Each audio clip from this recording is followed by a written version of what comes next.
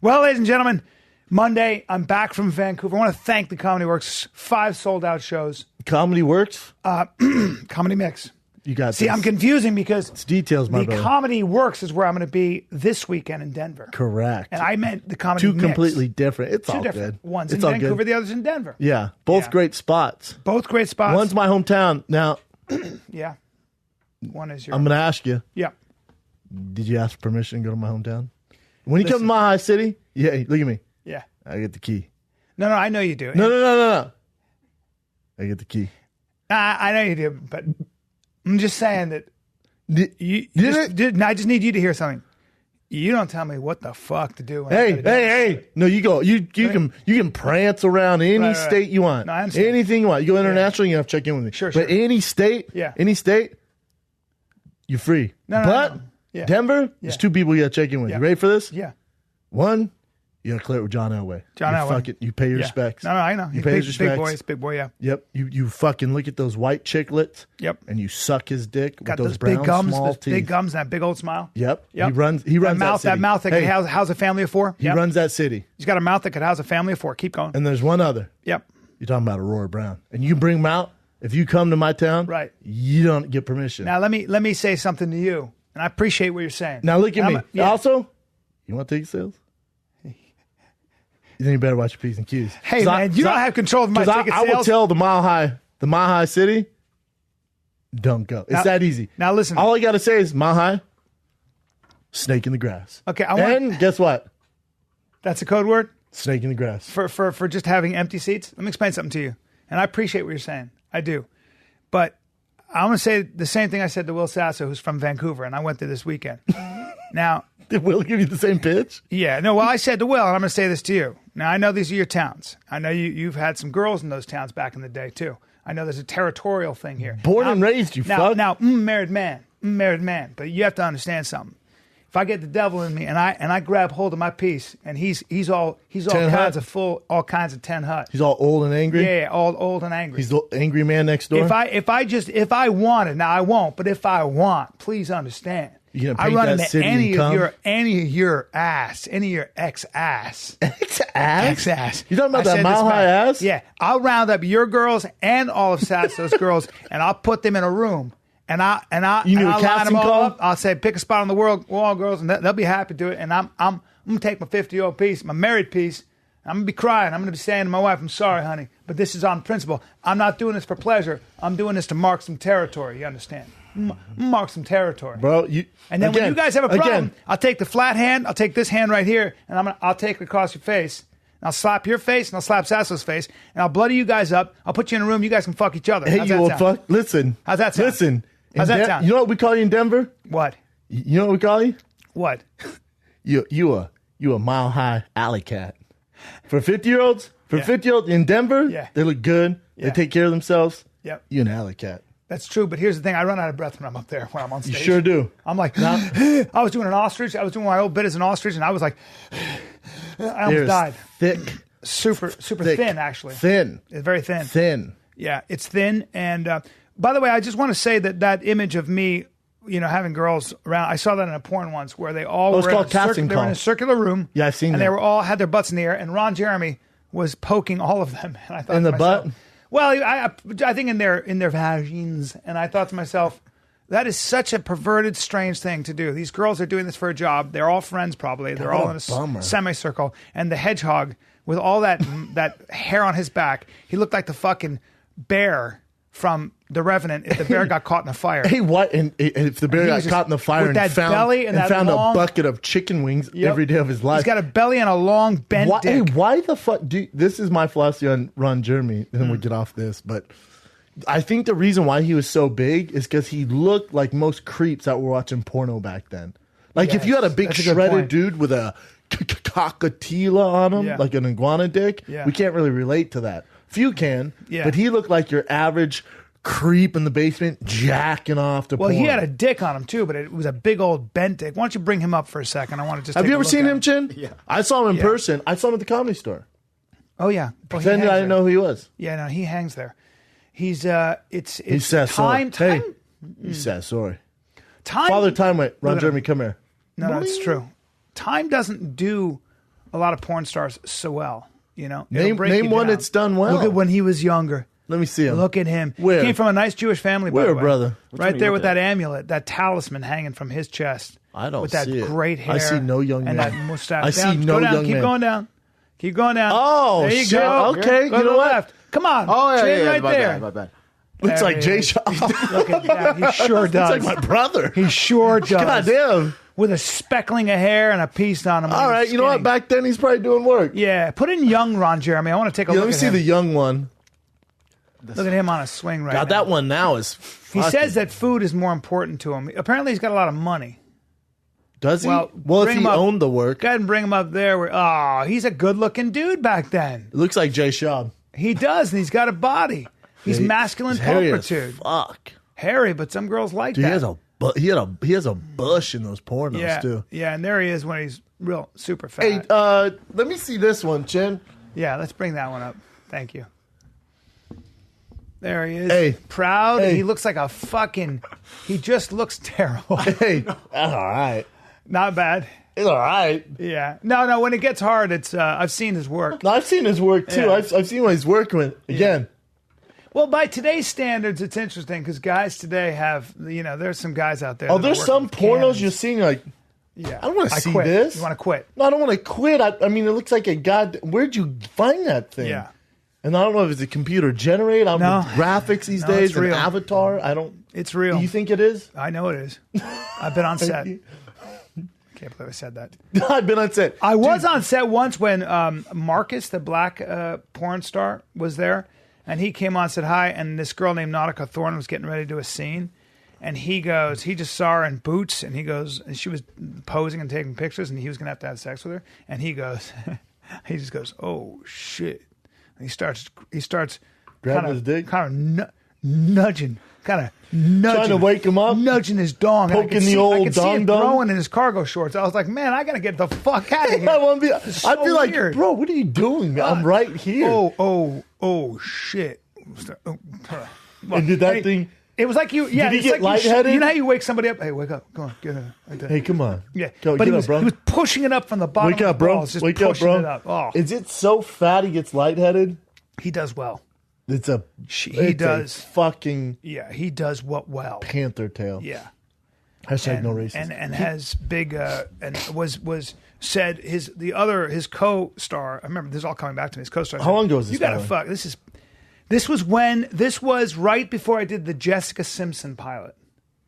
I was still doing jujitsu, and that's how I knew the A director. while ago. Yeah. And I thought to myself, I'm about to do a Disney ABC show, and I'm on a porn set. At one point, I was holding. Why were you there, I was B? holding a reflector. I had never. I just wanted the experience. I And wanted someone to was see like, what it "Hey, was." come on set. And we were outside. There was a tiny red couch overlooking a cliff. And I'm not. And so we were shooting outside on standard. a man's private Yeah, hot property tub, overlooking pool. the Yeah. valley. Yeah, standard. But it wasn't a house. It was his property, and we went outside somewhere. It was unbelievable.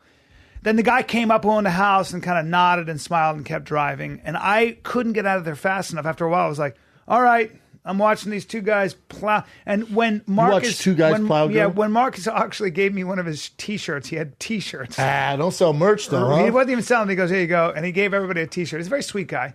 And What does shirts say? I think it said something like Marcus. I don't even know. Just Marcus, good dude. But when he blew... It was like somebody released Niagara Falls, and his buddy It's a skill goes, set. "How the fuck did you? When was the last time?" He goes, "Man, recently. I don't know. The shit just came out." And I was like, "Well, congratulations, sir, Jack Diesel." And Nautica Thorne was a badass. Hey, was it weird to see just two people or three people? Just do you feel bad for the girl? I mean, if you really want me to get into it, in fact, what happened to Nautica was that she got a little tear, and so then they decided to do a little bukkake, and that was the way they were going to end it. So yeah. So what's interesting is that You never know what's going to happen on set. Well, what's interesting Tear is that asshole. Yeah. Not only Yeah. that, the guy who's holding the boom and the guy that's holding the reflector, they all act a lot of times. A lot of times they're also actors. So they were like, and they knew her, and they're like, well, I guess we're all, and she was like, okay. And I was like, what the fuck is going on here? So then she got on her knees like a baby bird. She sure just did. These, how many random dudes busted in her face? I would say it was 1, 2, 3, 4, 5. I feel sick. Yeah, I was, and everything was cool. Everybody was super nice. They see each other before they shoot, and everybody gives them each other their bill of health, and they look at it, they read it. I was seeing if they'd read it, right? They read it, and then they hug, and they go. Yeah, it's weird. Yeah. Let's move on from porn. Right. Bro, when I met you today, you look like a beekeeper. You had a hat on. It's 90 degrees out. Yeah. You got a fucking lavender sweatshirt on like you're taking I'm wearing a hat, SATs. and sunglasses. You look like a beekeeper. Well, that's because I have skin cancer. No, you don't. Well, You're like Andy Kaufman. You've seen the Andy Kaufman story when he says, remember he said he had cancer, but he fucked around so much no one believed him? Yeah, well. Until he died. Well, exactly. I go to the doctor because I had that itch on my back, little itch. What kind of, just like it was always itching? Yeah, but I noticed that there was a little like a mole, and my wife was like, "It's the same thing. It's the same." And Before you go on, Brian's a hypochondriac. Yeah, you're always worried anything. Like his tooth are hurt, yeah. and you're like, dude, my teeth are falling out. Having said that, though, I don't go to the doctor ever. In the last month, you've been goddamn. Well, you've been to the doctors more than a Kardashian. Well, no, I went and got a colonoscopy because I had to at 50.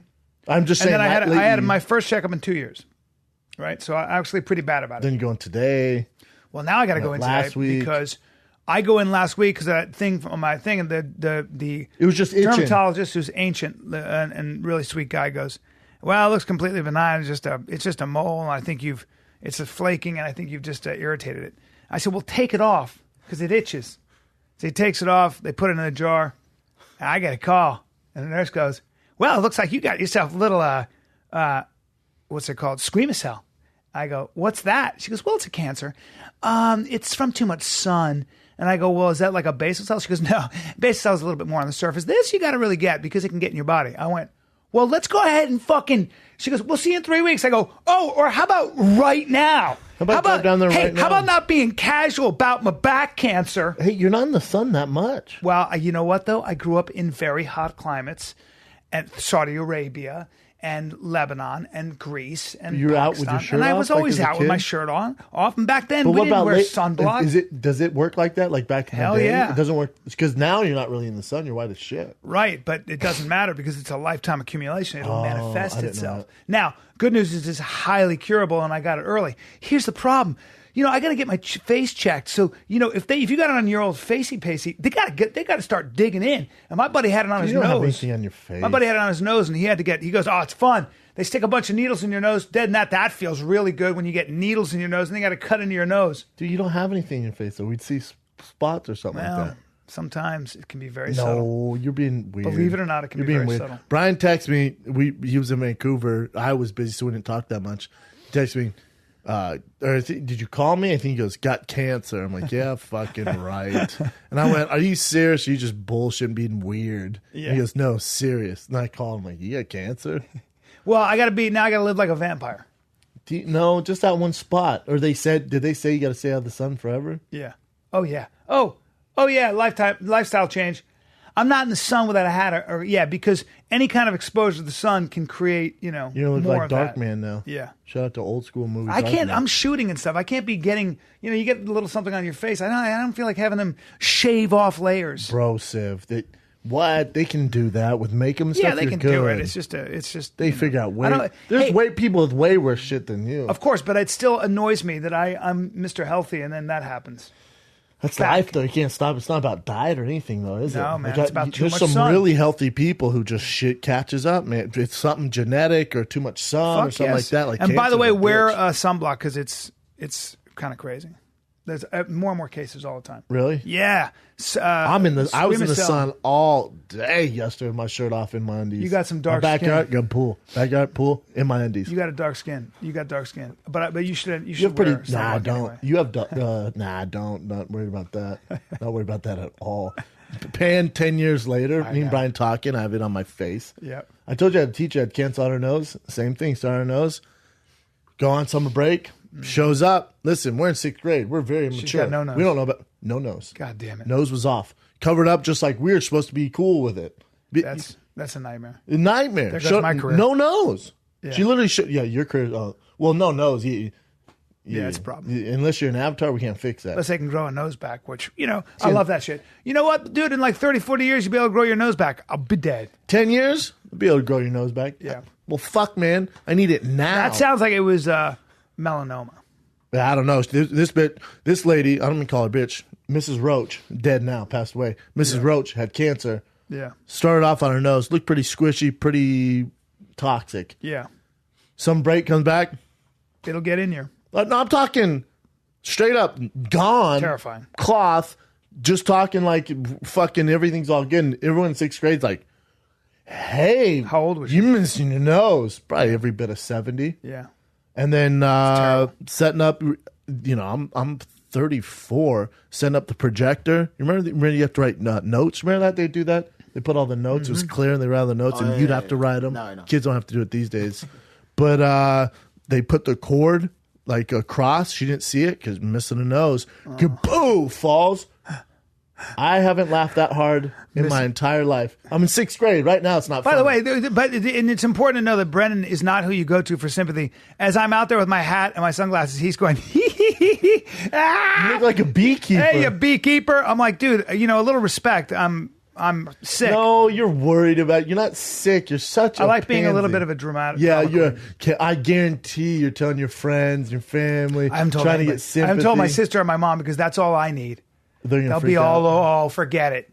The minute I tell my sister and my mom, they're going to be like, I'll be getting calls every single day to go check this, go check that. So what do you have to do now? You know what? If I ever had something like, that'd be the biggest pain in the ass. Dealing with them and their stuff. Have you ever seen that movie 50-50? They reference like, so 50-50 with Seth Rogen and a brilliant actor.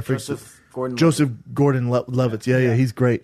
But so he has cancer, and he was saying how annoying it is, like, telling people, and oh my God, and he's like, no, please stop crying. Like, fuck, man, I'm sick of dealing with it every day. Yeah. Same thing when I visit a hospital, these kids with cancer, or they had horrible things go on with their lives. And I was with the shooting a TV thing, and they go, you can't feel sympathy or show that you're sad for these kids because that's all they get. They need a getaway. I went, you got it. Go in there, dying. Lasted one kid. I would too. Kids, I can't take kids, but like I have to walk out on World Star, where that guy started dancing, started popping at his buddy's funeral. I think that's appropriate. It was great. Then the other guy started dancing, and they were all cheering and stuff because the guy, they were celebrating his life. So that's one school of thought that I appreciate sometimes. To have like a celebration. Yeah, because the guy said, "I want you to celebrate. Don't be all sad at my funeral." How old was he? The guy did a whole dance. I don't know. It depends on age. It does, but no. He's 21. It was like a horrible murder, and you're brutal. like,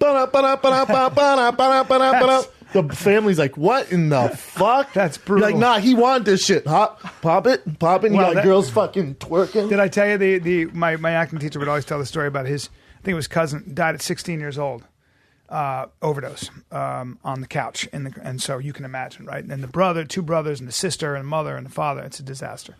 And their one uncle, who they never see, he's at the funeral, and he leans over, and he's like, he's like a plumber. He's like this guy he had a clip-on tie, and the tie came just up to his nipples. It was the shortest tie, and he leans over and he goes, "My apologies on my condolences on account of your brother. My condolences, my condolences." They're like, "Thanks, Uncle Bob." And then they see his tie, and it's dangling. It's his little clip-on tie. And fucking, they're in the front, and everybody's there. And the sister, I mean, this is their brother. It's the worst thing you can imagine. The sister goes, "Did you see his tie?" And they start to laugh.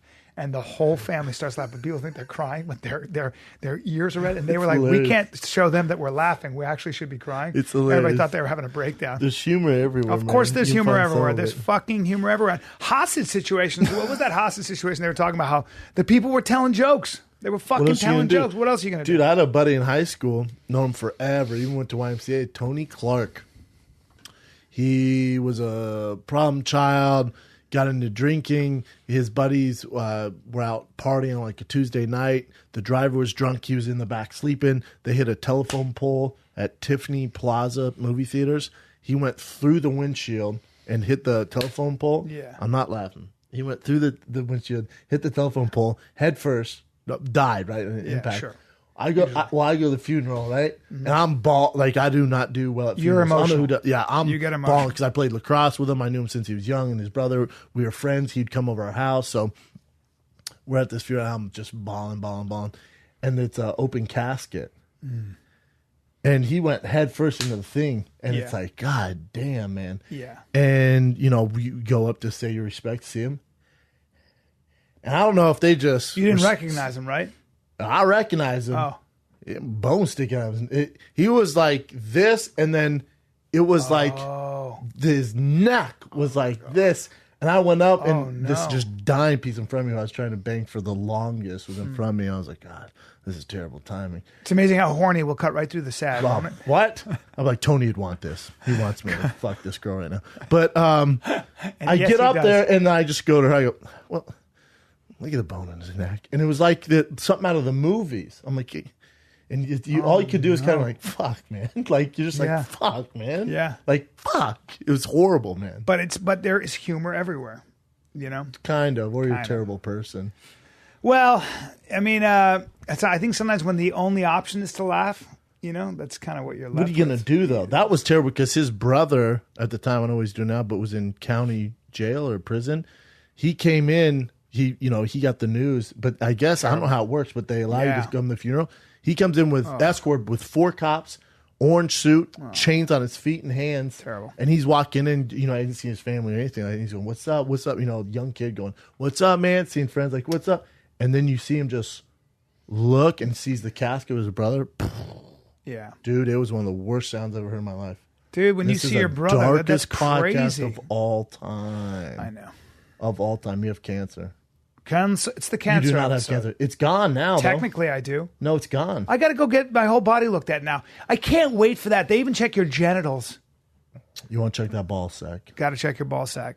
You got to check that ball sack. Can't wait for that. How about I talk to Aubrey Marcus this morning? I go, dude, what are you doing? He goes, I don't want to say anything. He's doing a project. He's like, dude, going to Miami.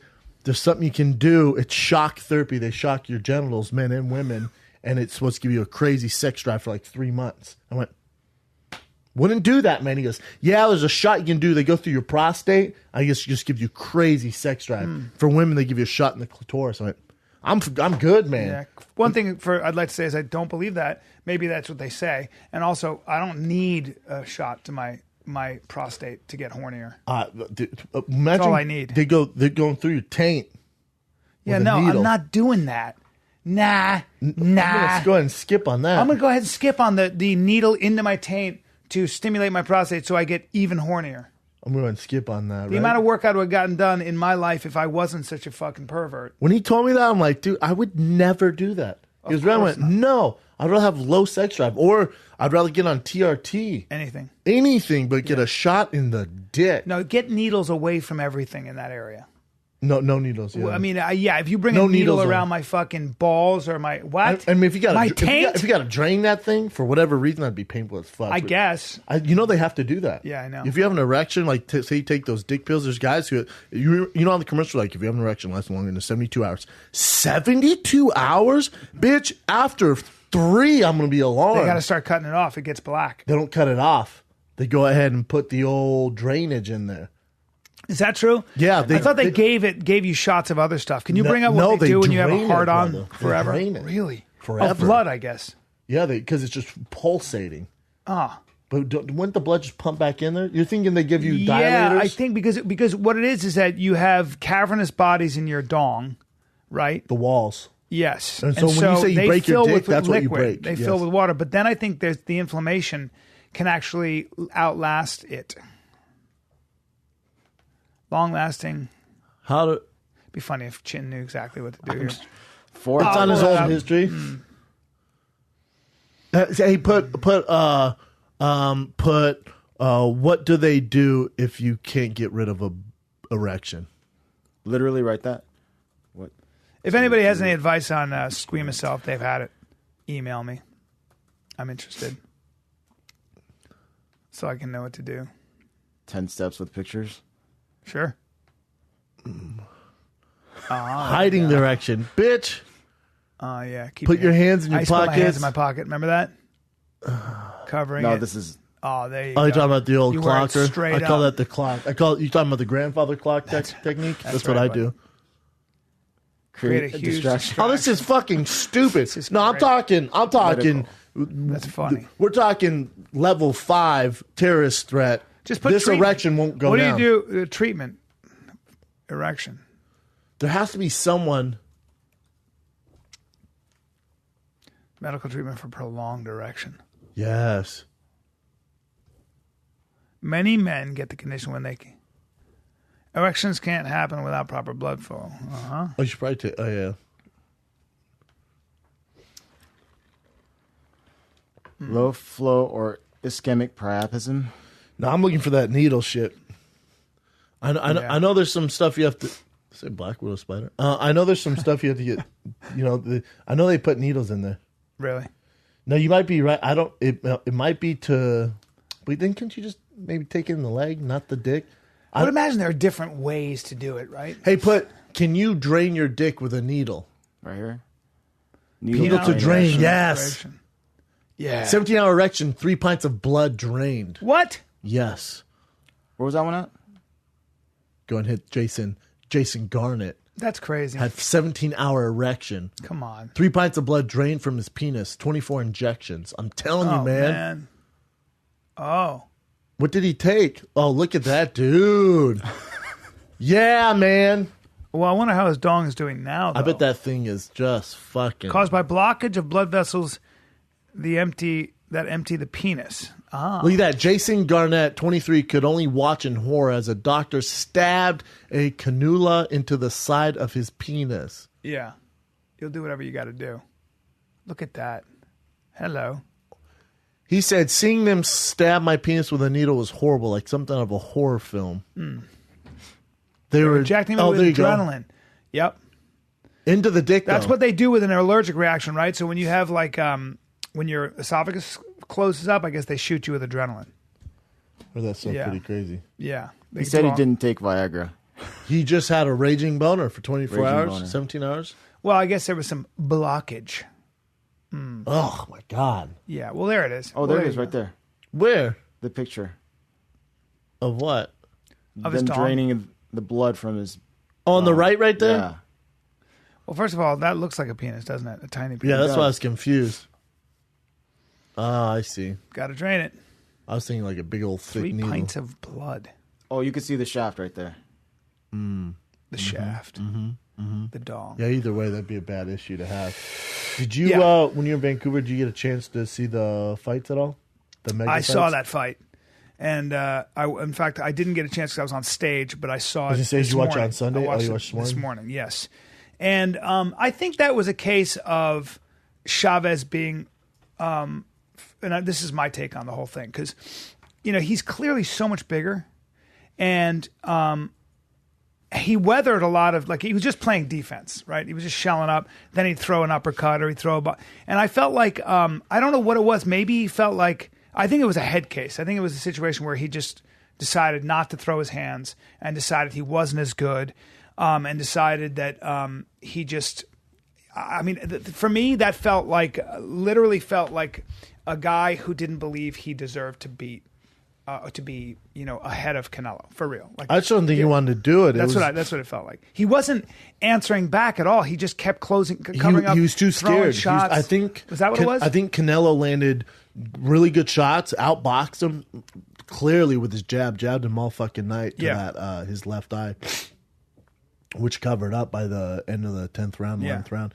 But I think he felt the power and speed of Canelo. Is that what it was? Fuck. And then he was scared to go out on his shield. He's scared to get knocked out. So then Canelo was even baiting him in. If you notice, Canelo could have went forward and just fucked him up all night. But he let him do work against the ropes because he's trying to get him open up to knock him out. It's going to be hard to knock out a guy who takes no chances. Almost impossible. Well, what he would do is it was really weird. I guess that's part of his style. Chavez would get his head almost like forehead but he's known as doing that and stay then doing there work. and then doing work, but he didn't He wouldn't do do it work. because he's worried to get opened up. Is that what it was? And Canelo's baiting him into it, going, come on.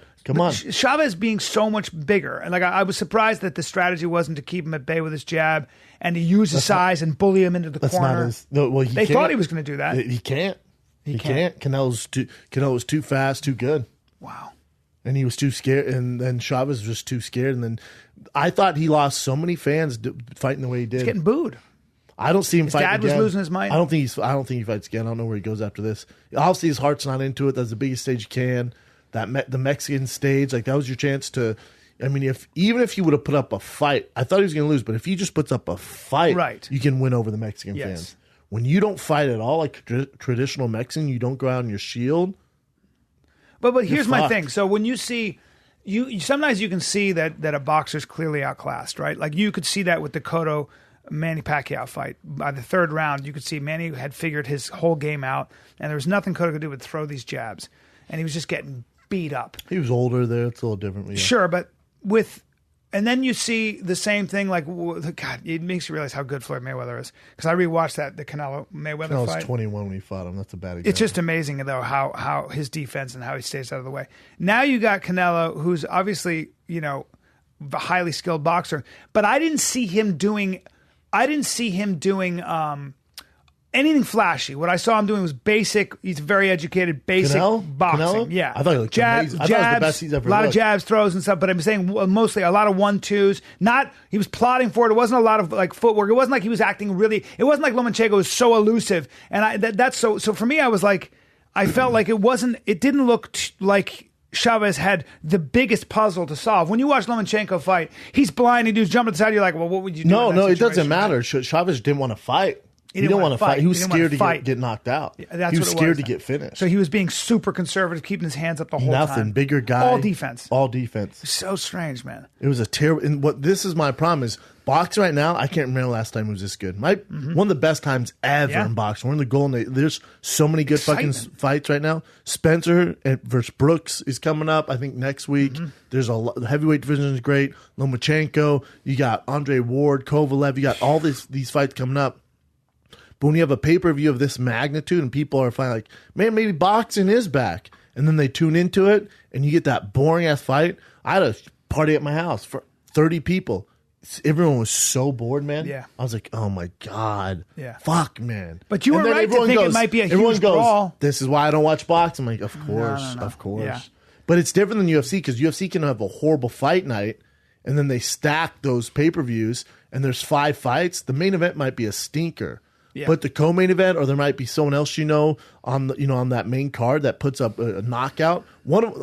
Typically, not all of them will be sleepers. Right. But in boxing, you live and die off that main event. Like the Lemieux fight before that, the co-main event, amazing, fun fight. Lemieux's a monster. Yeah. So that's a fun fight, but it doesn't matter. Boxing lives and dies off their main event.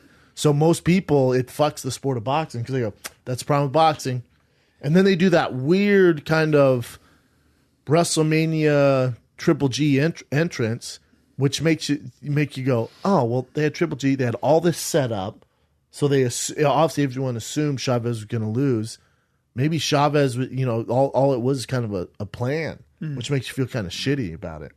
Oh, you mean it was kind of a setup fight? It was literally just like, hey, check out Canelo versus a bigger guy. Yeah. And Chavez was like, yeah, I'll be that guy. Right. I'm not going to get knocked out. Yeah, but I'll take the money. I think one thing for sure is that Triple G ain't Chavez. That's going to be Triple. See, that's what I'm really looking forward to because Triple G does nothing but keep moving forward and stalks you and hits you with those bombs. So and Canelo bigger man, taller man, exactly, and Canelo does the same. And if Canelo tries to match Triple G and his power because he doesn't have the size, it's going to be that. That's why I definitely have my money on Triple G. Because if Canelo's going to fight with that style, it feels like he's matching that's the Canelo's same own style. Right. Well, that's a big liability against a guy who hits as hard and is bigger and stronger and is as skilled as Triple G. It's going to be tough. It's going to be a tough one for him.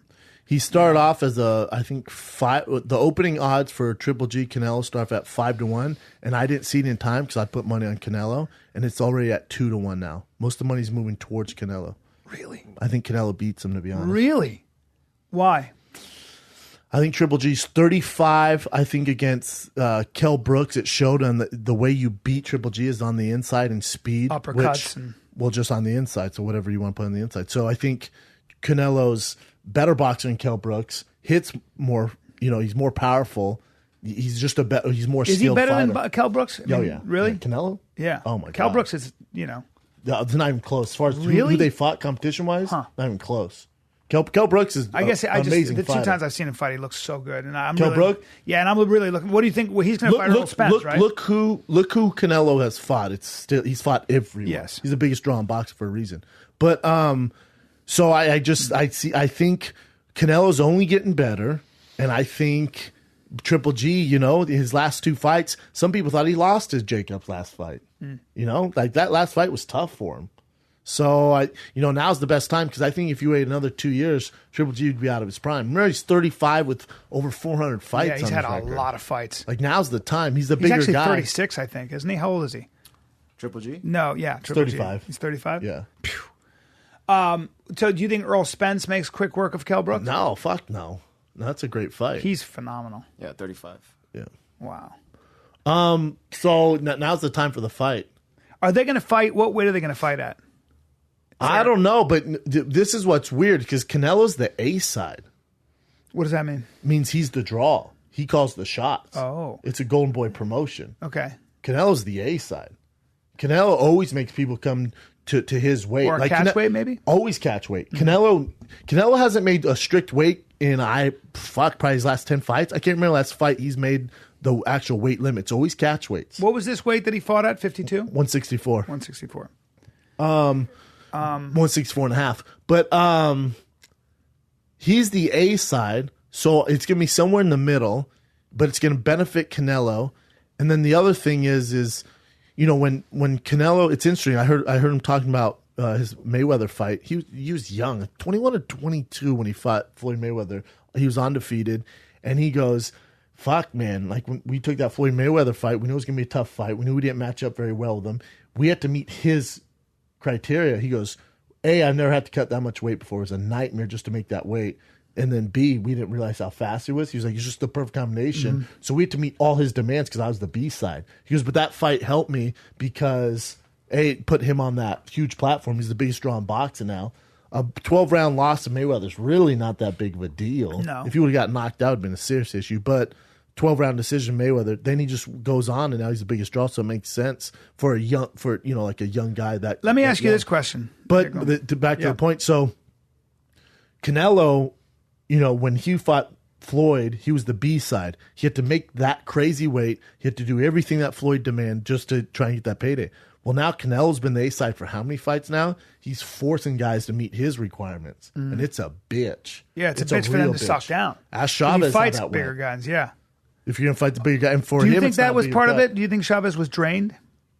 No, I mean, I'm sure it is one of the factors, Yeah. but really mentally, just because you're drained doesn't mean you don't come to fight. Right. He's made that weight before. Mentally, some people are content, coming in second place. I got shit for it, but I said, Chavez tonight looks like a rich kid taking a fight. He's 50-2.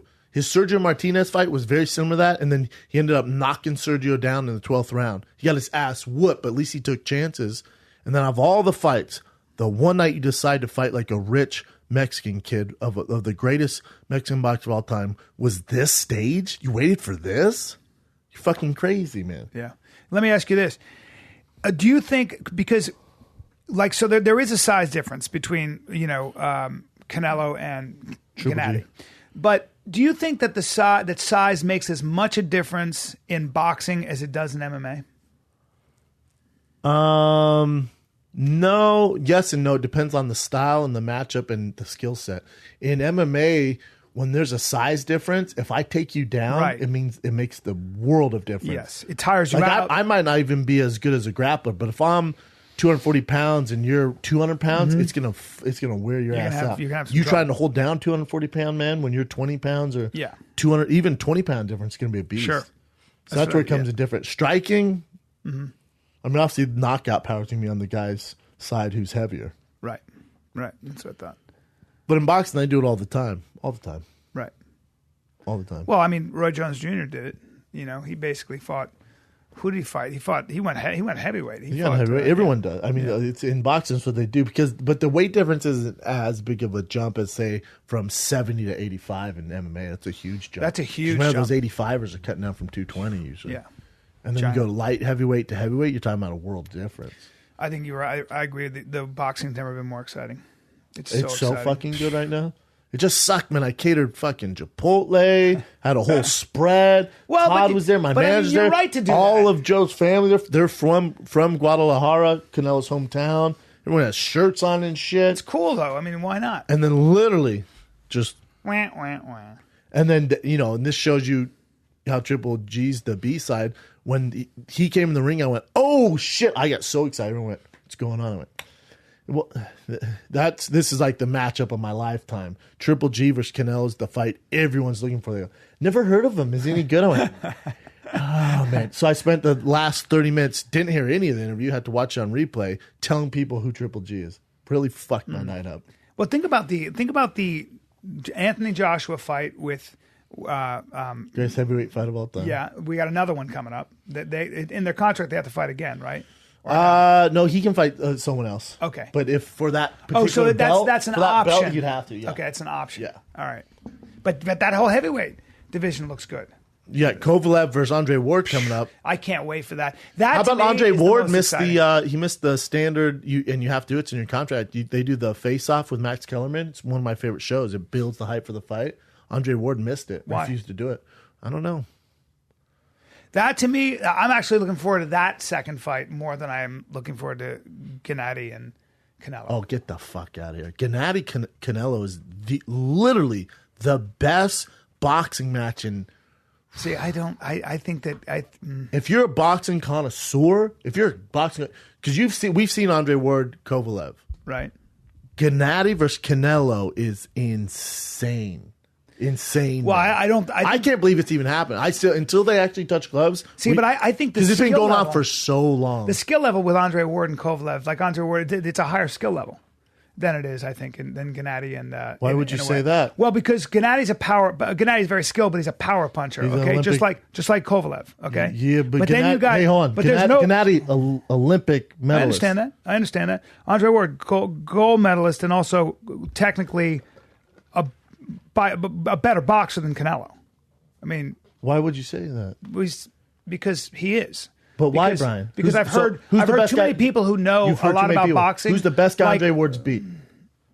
Kovalev, his last fight. But Kovalev, before that, I mean, after getting knocked down, but Kovalev, before that, and I thought, well, I think he lost the that knock fight. on Andre Ward is he doesn't fight a lot. It's true, but he hasn't lost since he was 13 years old. Now, you can say what you will. Neither has Triple G. But people who talk about him, from Andre Berto to Freddie Roach, whoever it is, they all, Virgil Hill, Virgil Hunter for that matter, but everybody talks about how Andre Ward is the best boxer, period, in the world.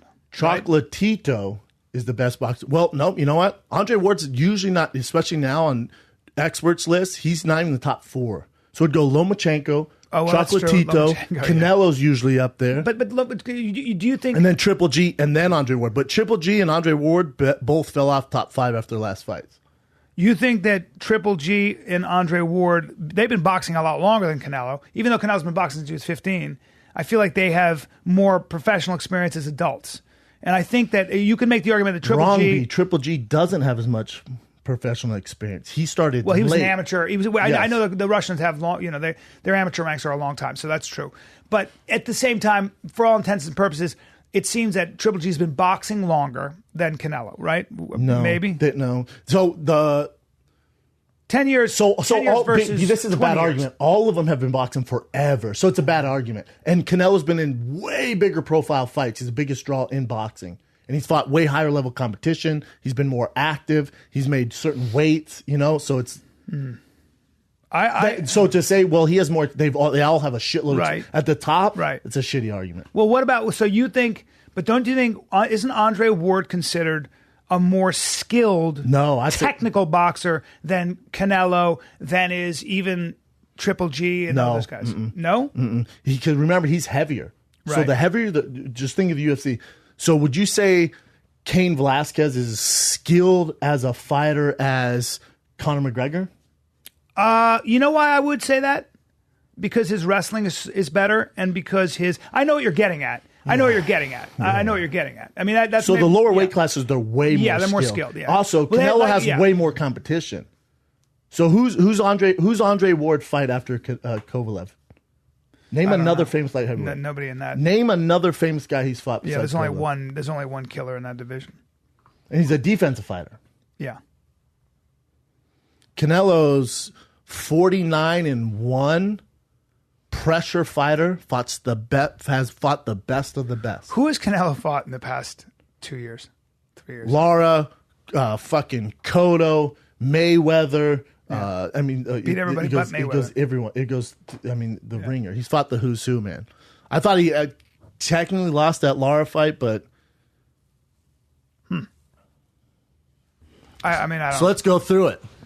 Amir Khan, killer, knocked him out. Well, they're all killers. Shane Mosley, Amir Khan, fucking Lara's an absolute nightmare. It was a split decision. I actually thought he lost that one. James Kirkland, who's a knockout artist, he knocked him out in 3 rounds. Miguel Cotto, Amir Khan, knockout. Liam Smith, world champion, TKO body shots. Julio Chavez Jr., bigger guy.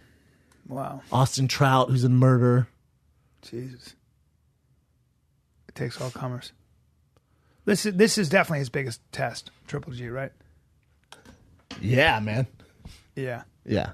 No doubt. I got Triple G just on the fact that they have both similar styles, but Triple G's the bigger, stronger man. And if he tries to slug it out with Triple G, they're going to slug it out. Yeah. And I think that's he's the favorite. If he's ever going to get knocked out in his career, this is when he's going to get knocked out. Yeah, no shit. Yeah. I mean, shit. This is dangerous. For both of them. Yeah. Because Gennady Golovkin showed holes in his game when Brook got inside. When Brook got inside, he landed some shots. Mm-hmm. You eat some of those shots from Canelo, you're going down. To be fair, apparently... And David Lemieux also is a fucking banger who got outclassed. But to be fair, from what I heard, Gennady Golovkin had the flu in that Kell Brooks fight.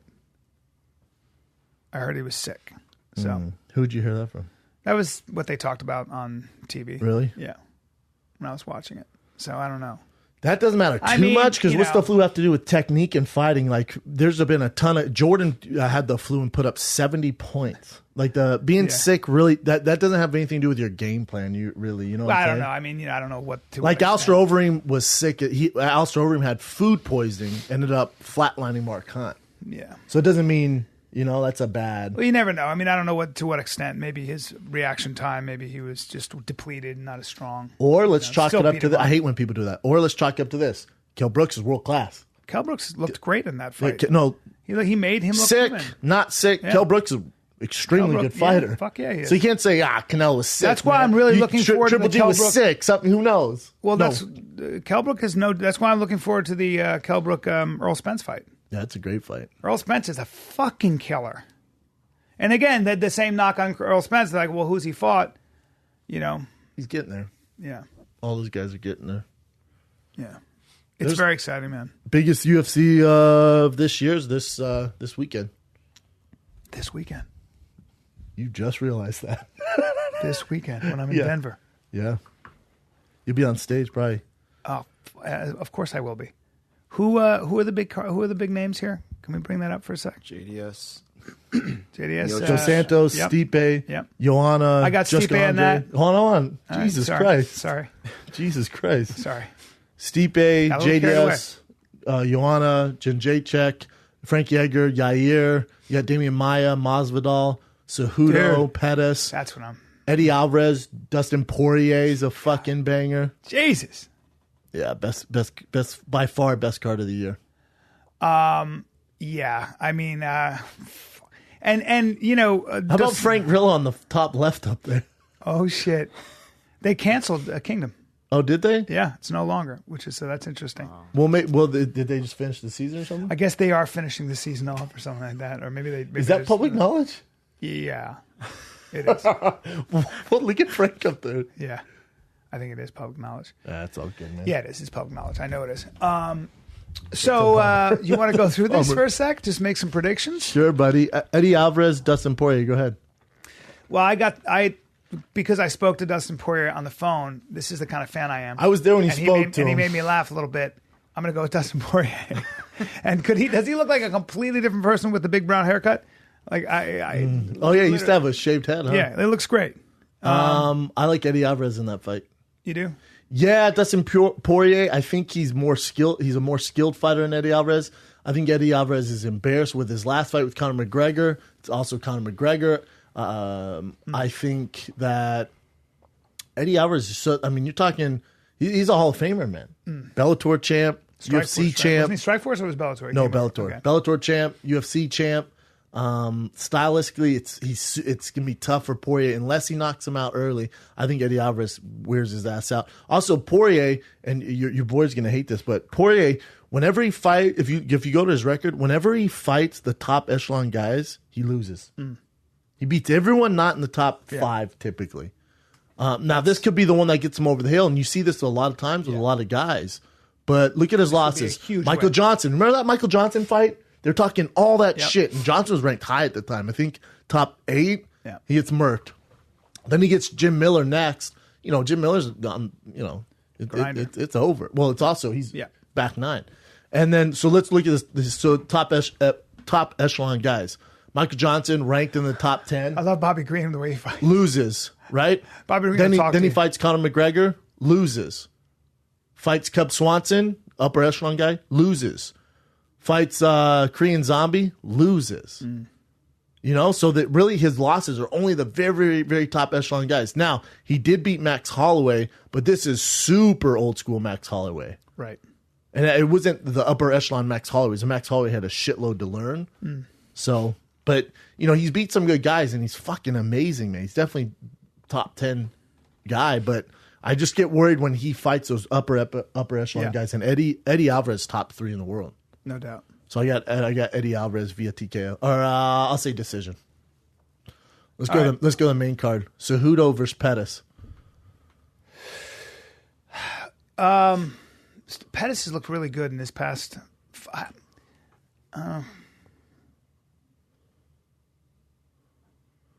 don't know. And obviously Cejudo has that gold medal and is a crazy wrestler, and usually can. Well, if he gets a hold of him and gets him on the ground, it's going to be trouble he'll wear Sergio Pettis out. So I'm going to go with Cejudo. What are you thinking? Cejudo's lost his last 2, correct? He lost to Benavidez and he lost to Mighty Mouse. Yeah. Can you confirm that? Yeah, too? He did. I think he lost. He lost to Benavidez because they're the coach on the Ultimate Fighter. Yep. He got that fight gets stopped. I feel like it did. I think Joey. Yep. Yeah. Oh, his decision. Okay. Split decision. Yeah. 2-fight losing streak. DJ just murked him. Yeah. God, that is a tough fight for Little Pettis, though. Little Pettis, the thing with him is he's kind of burst on the scene again. So you got Dustin Poirier, who's a vet, but still he needs that breakout win. And you got Little Pettis, who needs that breakout win. God, it's tough to bet. It's tough to bet against Cejudo, though. Yeah. He's only, you know, Joey Benavidez is by far the best flyweight in the world, not named Mighty Mouse Johnson. And if they're going to fight for what is it, 3rd time or 4th time? Is he by far? You put him at a high second? Who? Joey Benavidez. Yeah, I mean he beat Cejudo by split decision. Yeah. That's a tough one to pick. The safe route and if you're betting would be Cejudo. Yeah, I'll take Pettis though. I'll go against the grain and take Pettis though. Maybe it's a breakout fight for him. That's impressive. I went bad on that if you're listening. Now, this I am excited about. And Yair Rodriguez, Frankie Edgar. Frankie Edgar, man. Just amazing. But my guess is Frankie Edgar is going to do everything he can to close that distance and grab him around the legs and get him to the ground and punch him in the face. And Yair Rodriguez has got those crazy kicks, that crazy taekwondo, and that crazy in and out style. And, you know, he's younger. Frankie is, how old is Frankie now? He's out of his fucking wars. Yeah. You know, everybody, 35. How old? 35. It's, you know, with a lot of mileage, and he's greatness, but it's a tall order to deal with a guy who moves that fast with all those angles, who's kicking you from such a long distance, and I'm doing damage. That's the only thing. He's doing damage against who, though? Name me the best opponent he's beat. You say BJ Penn, I will take out my dick and piss on everyone in the room. Yeah, that was not a good situation. Yeah, I mean, this is a test. We'll see. It's a huge test. Yeah. And guess what? Little fact for you. Yair asked for this fight. Really? He wants to do this, then get a title shot next. I don't know a lot of those guys he fought, so. I mean, Bruce Leroy, split decision. Then BJ Penn, legend. Hated to see him in that fight. He's actually fighting again soon too. Yeah, hated to see him in that fight. But there is the idea. I'm going to go with Yair Rodriguez because I'm going to buy into the hype, and I feel like Yair Rodriguez. Though? What hype? Let's just go over this. Let's go over this. Charles Rosa decision split. Mm-hmm. Dan Hooker decision. Andre Fili flying head kick KO that was sick. Bruce Leroy decision split. A 60-year-old BJ Penn who didn't know where he was at, TKO.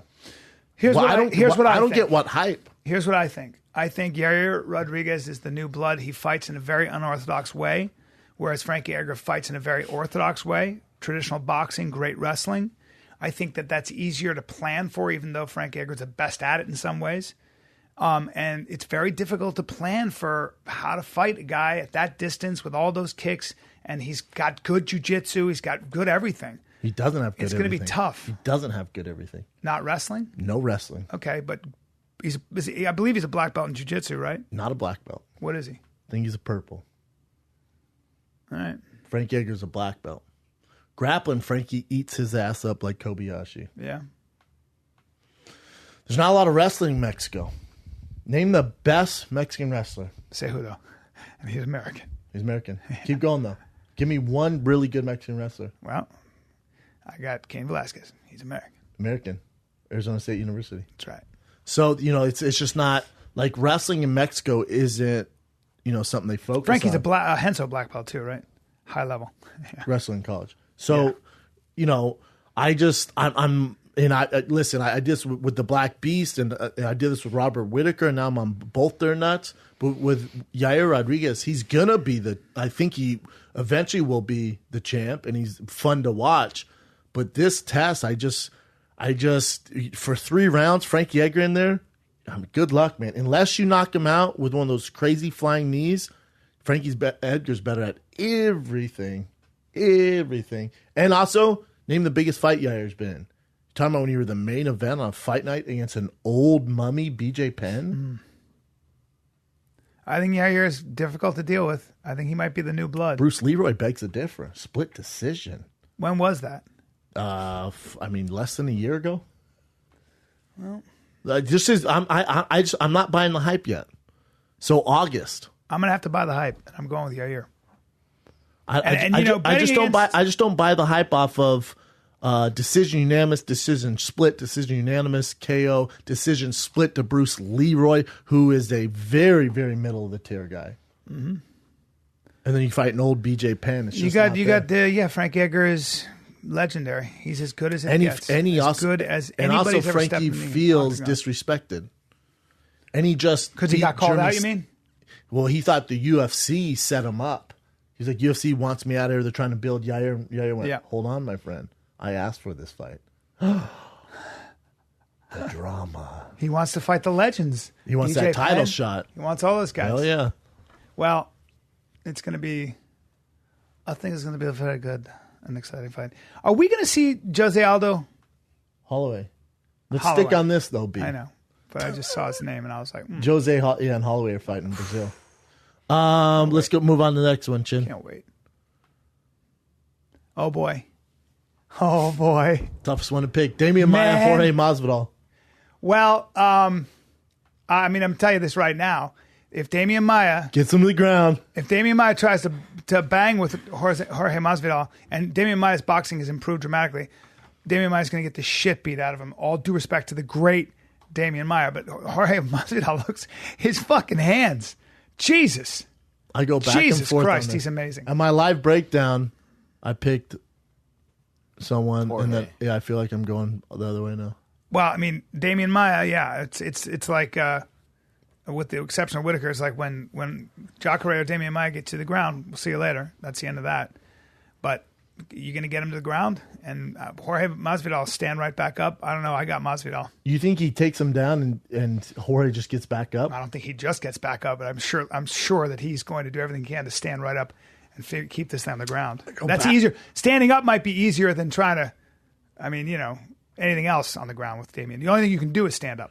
I go back and forth, man. And the reason why I'm swaying now towards Damian Maia, I know we bet Chin on the live show, but Remember, Damian Maia is a way bigger man. Damian Maia used to fight, not even close. Damian Maia used to fight at 85. Damian Maia beat the shit out of Chael Sonnen. Took Chael down with an underhook, inverted triangle him from mount. People forget Damian Maia got a title shot at 85. Damian Maia was top 5 at 185 pounds. He's a big dude. He doesn't have the reach, and No, Damian Maia does have the reach. No, his reach is 72 inches. Masvidal's 74. Oh, really? Although he's got longer legs, 42 inches versus 39 inches. Interesting. Probably the same height, would you say? No, Maia should be taller. He's just a bigger person. Yeah, Maia's 6'1". He's just a bigger dude. I've never seen Maia or either one of those guys in person. I'm sure you have. Maia's just a bigger guy, yeah. and he's used to the bigger bodies. It's just, but you know what, I don't know why Maia took this fight. I'm with Woodley. Like it was stupid for him to take this fight, and I want Damian Maia to be the champ. I think he'd be great for it, but why the fuck would you take this dangerous fight, man? Because why not wait? Now Woodley doesn't have an opponent. It's a challenge. No, Damian Maia challenge? No, this is a business. Yeah. He's number 3 in the world. He's been dying for a title shot. Yeah. He didn't know what to do. They offered him this. He's like, well, fuck, I guess I got to take it. If you would just waited, man, you have a title shot in July. But now you're fighting this guy. You're fighting and Masvidal is on a win streak, and he's a monster, and is confident as hell, and he just... I go back and forth. This one is the toughest one on the card to pick. Back and forth. You ask me tomorrow, we'll see. You ask me on Big Brown Breakdown, we'll see. I have to decide by tomorrow. What's if you're coaching Damian Maia, what's the game plan? What do you tell him? Get him against the cage? You could have Ray Charles in here and be like, just get him down and submit him. I mean, that's... Well, yeah. What would you tell him? Well, I would say you've got to... Well, Damian Maia has a lot of confidence in his boxing. I'll tell you what. He doesn't. No, he's gotten way better. He trains a lot. He has confidence, but he's not stupid. He's not stupid. He's not going to try to... He's taking everyone down. But how are you going to deal with that? I mean... Go to Damian Maia's record. Distance. So, Bryan... No, but his boxing looks good. His hands are 100. Carlos Condit submission. Yeah, Carlos Condit has pretty good striking. Wouldn't you say? Yeah, he's got 3 submissions and 3 decisions. Matt Brown, but more decisions than he has submissions, my friend, by far in his career, by far, which has always been surprising to me. It's like he doesn't submit as many people. Lately, the last 2, man, submitted Carlos Condit, submitted Matt Brown. You're talking 2 upper echelon elite guys. And then Gunnar Nelson, world-class grappler. Yeah. Beat the shit out of him. Yeah. Jiu-Jitsu clinic. And then Neil Magny. But he's still... Neil Magny, Jiu-Jitsu clinic, submitted him. So out of his last 4 fights, he's had 3 submissions against upper echelon guys. Yeah, but before that, he's had 1, 2, 3, 4, 5, 6, 7, 8, 9, 10, 11, 12 decisions. So he has a lot of decisions as well in his record. So... Well, yeah, but if you this is silly, but if you go back to Masvidal's schedule, you go to Masvidal, you're gonna be like, oh well, no, he lost here, Masvidal's lost a ton of decisions. So here's a better question. Masvidal's lost a ton of split decisions. Yeah. Here's a better question. If you're Masvidal, obviously you say, hey, do not let him get you against the cage, and do not let him take you down. Yeah, this one. I mean, this is elementary. Yeah, that's it. Yeah, this one. My mom could tell you both game plans. And if he takes you down, what do you do? Get back up. You don't play. Get back up. Cage walk. It's easier said than done, though. Yeah. I go back and forth, man. I don't know. You got Masvidal? I have Masvidal just TKO? because of what. Like I feel like his mindset, and he's just a hurricane right now. I mean, I was just so impressed with him against Donald, and there's only one guy that's more of a hurricane, Damian Maia. Yeah. Look how many he's won in a row. Listen, I'll be actually 1, happy. 2, 3, 4, if 5, Maia 6. wins. But I'm gonna go with Masvidal. I can see it, brother. He's a hurricane, man. He's just hard to deal with. If Damian's got to have to stand there with him initially anyway to get close enough, and he's going to get punched in the face. He did it with Carlos Condit, who I would say is a more dynamic striker than. I would agree with you. Jorge. But would you also say that Carlos Condit was at that point already? Because you even said it. It almost felt like he was kind of 1 foot in, 1 foot out, which says a lot. So, and Masvidal's not that. No, Masvidal wants this. Yeah. So I'm just going to have to go with Masvidal, ladies and gentlemen. That's fair, man. I go back and forth. Let's move on, Chin. Joanna Jędrzejczyk, Jessica Andrade. Mm-hmm. I go with the champion again. Yeah, this one's easy. This is the easiest pick on the card. Really? Yeah. Because you think Joanna will figure her out? Way better technique. Andrade is just, she's a power puncher. Got those her traps. technique's not great. I think Joanna puts a clinic on her. It's probably another decision, but it's a beatdown. It's a fucking bully beatdown. Joanna's so fucking good. What's crazy is you look at all these fucking superstars on the card, and Joanna's the best striker. How funny is that? That's crazy. That's crazy. Best credentials, too, as far as striking. Amazing. Let's just move on to the main event. What do you got, B? I got Stipe versus Junior. I got Stipe. I thought Stipe beat him the first time. Yeah. I really do. I thought Stipe beat him the first time. I think Dos Santos, we don't know where he's at, really. Like, go to his record, Chin, because he beat Rothwell, who, is a great matchup for him because he sticks and moves. So we really didn't see Dos Santos get tested. And then, he got knocked out by Overeem. Yeah. And then he says he beat Stipe, which I thought he lost that fight. Then he lost to Kane, which took years off of his life. Those Kane fights really fucking did him in, man. But, and then there's Overeem. But really, I mean... If you look at it, Kane's got his number. So if you take Kane out of the picture... Why does Kane have his number, though? I think part of it was just because Kane puts his head in his chest and bangs away. What's Stipe do? And Kane, of course, is such a good wrestler. Stipe's a college wrestler as well. Yep. Not as good as Kane, but MMA, there's argument there. But with Stipe, he's a guy who he's basically the white Croatian Cleveland version of Cain Velasquez. Cain Velasquez. That's the big superstar fight in heavyweight. Yeah. No, he's not bigger. Well, he's taller. He's a little taller, but they're very similar. Yeah. Those guys are a match made in heaven for each other. Yeah. It's a very similar body. Kane probably has bigger legs. It's very similar styles. Mm-hmm. They both grind. They have the pace. Oh, yeah. Both box wrestle. Yes. Hard to submit. And my feeling though is that you'll see. I mean, and also he just Stipe seems to have a great boxing. He seems to have something going on. I don't know if he has better boxing than Junior. Well, that's what I'm saying. Junior Dos Santos is he? Would you say Junior Dos Santos is the best boxer? Cain Velasquez is a better boxer, probably. No. I think Junior's the best knockout pure artist. boxer. Yeah, knockout artist. I'm still going to go with Stipe. Yeah, I get Stipe. I thought Stipe won the first one. All I want to see happen is that fucking Stipe versus Kane fight. That's all I care about. You want to see that fight? I want to see that fight, and I think Stipe, since Stipe and JDS fought in 2014, Stipe's only gotten better and has more confidence. And JDS, he's been gone for a while. He changed camps, and you look at what fucking Stipe's done. Take out that Junior Dos Santos split decision loss, actually unanimous decision loss, which I thought he won. I thought he actually won that fight. Just look who he beat. 1, 2, 3, 4, 5, 6, 7. Really, I thought that was 8 wins in a row at heavyweight. And you're fighting Junior Dos Santos, Gabriel Gonzaga, Mark Hunt, Andrei Arlovsky, Verdum, and Overeem. You're also fighting Mark Hunt, Arlovsky, and Verdum off fucking crazy streaks. You're fighting these monsters. Yeah. It's his record is nuts, man. It's nuts. Scary. No, you got Stipe too. It doesn't go a decision. I think Stipe finishes him in the second or third round. TKO. Best card in a long fucking time. I'm excited. Me too, man. I got pissed so hard. I got it too. We should just get needles and drain our dicks like that. Let's go ahead and do that right in our taints.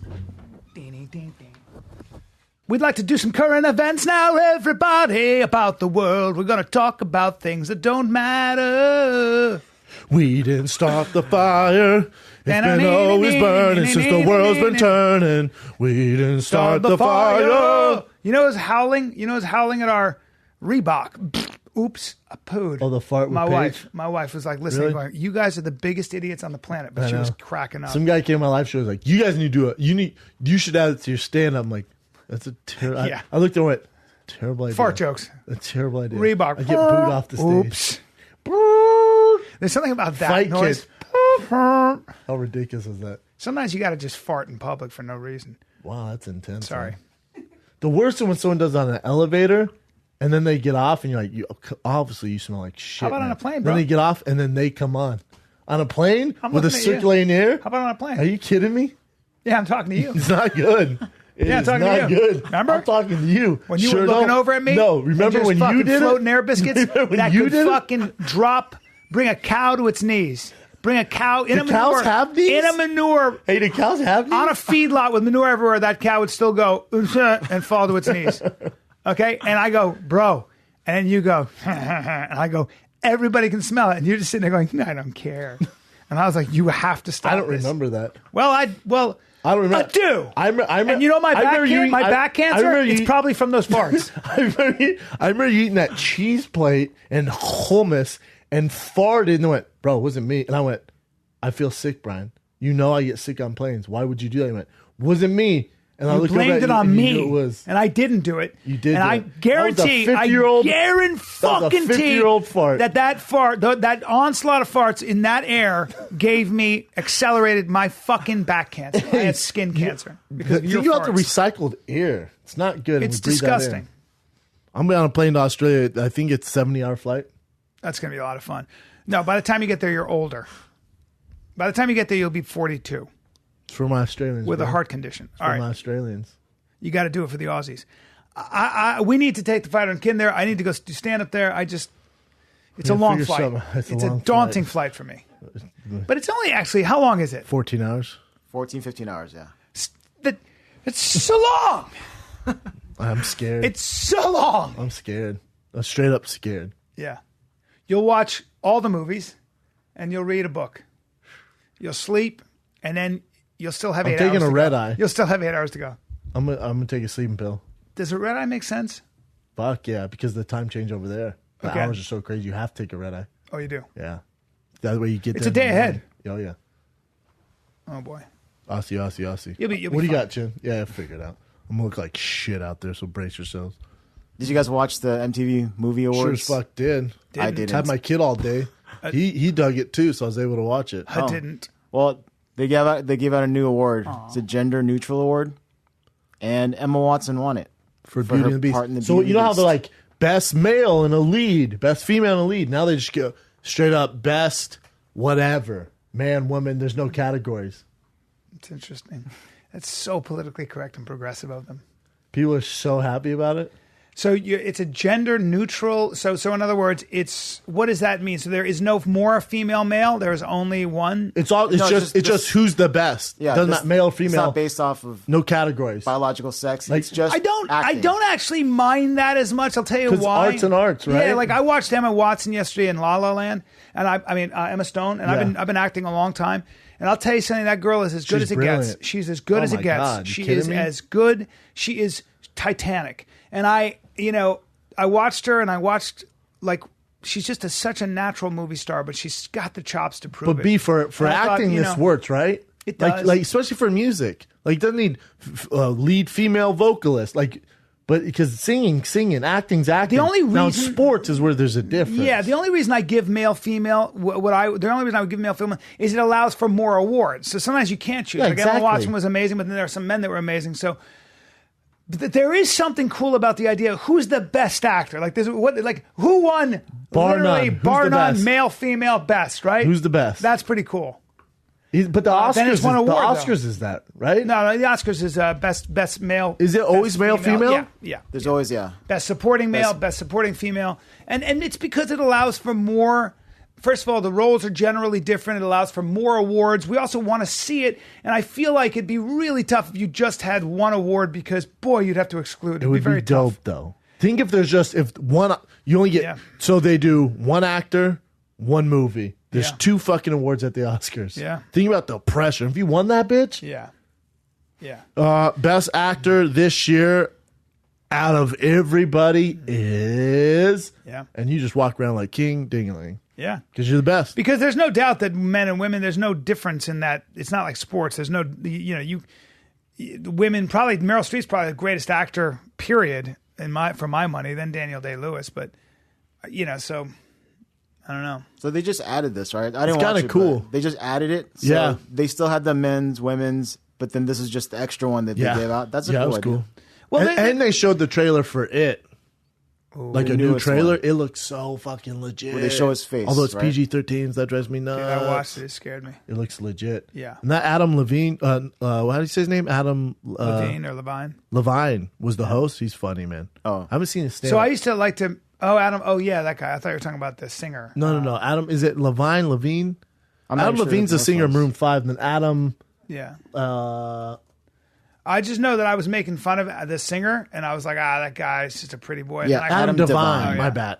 He's brilliant. Obviously from that fucking Workaholics, which Yeah. is one of my favorite shows of all time.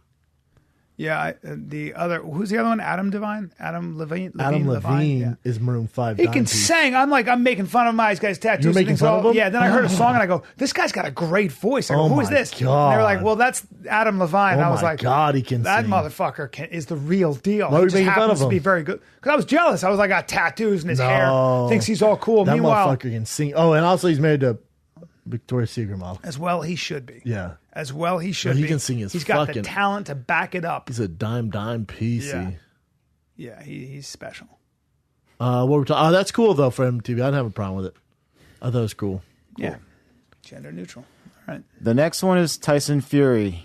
What? He's according to his promoter, he says that he's targeting a July 8th No return. way. He's 400 pounds right now. He's barely moving. I think it'd be a bad idea for him to come back this soon. I think it's good to keep him focused, so, to get him on track to fight Anthony Joshua. I'm not crazy about that fight for Joshua. Out of all the guys, Fury would be his toughest matchup. He's super awkward. He's bigger.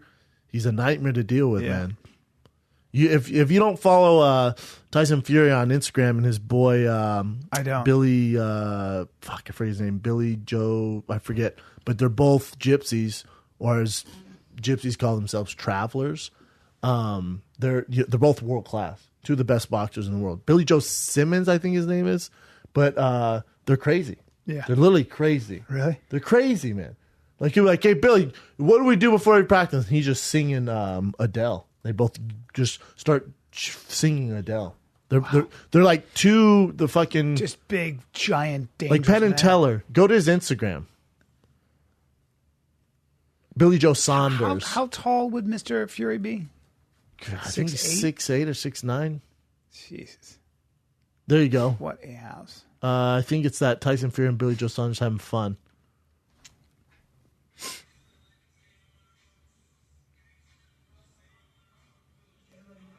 He can sing too.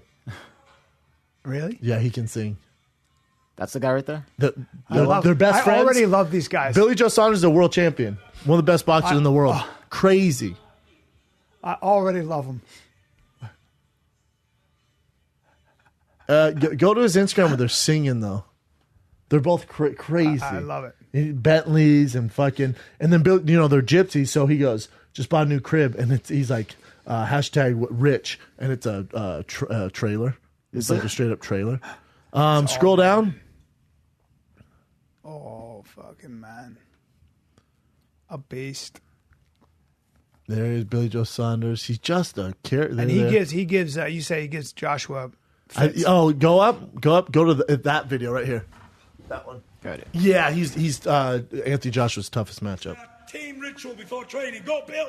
I've heard that you settled down, that Ben's found a girl and he's married now. Listen. Now watch, he can sing. Watch. That you found a girl and you're married now. You know how the old time flies on me. Today was the time of our lives. He's a giant. Born and raised a gypsy boys. They're just Bound wild. by these prizes of our glory days. He can sing. Yes. Did you see him when he beat Klitschko? I love him. Have you seen him when he beat No. Klitschko? He gets down on he sings to his girl. No. Everyone's around. Oh my God, he sings Please bring this up. Armageddon. What? Bring that up. Go Tyson Fury sings the fucking Aerosmith song? Yeah, 20 million people watching. He goes, baby, he goes, I don't want to close my eyes. Get ready for this. Don't want to close my eyes. Get ready for this. Here we go. Oh my God. There he is. Go that one. Say goodbye, because I'm 4 years This ago? is live on HBO, by the way. The fuck is this? 4 years ago? No. Oh, Go to the current one. Let's go. Yes. Try that one. You know what I promised everybody? I'd sing a song after this fight. So this is to my UK fans, my Irish fans, my American fans, and my new German fans. And most of all, it's a dedication to my wife. Look at his shirt.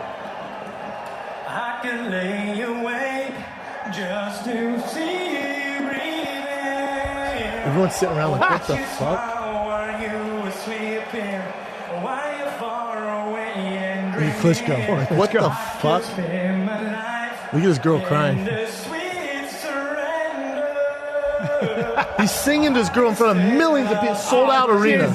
That's his girl? No, she's in the ring crying.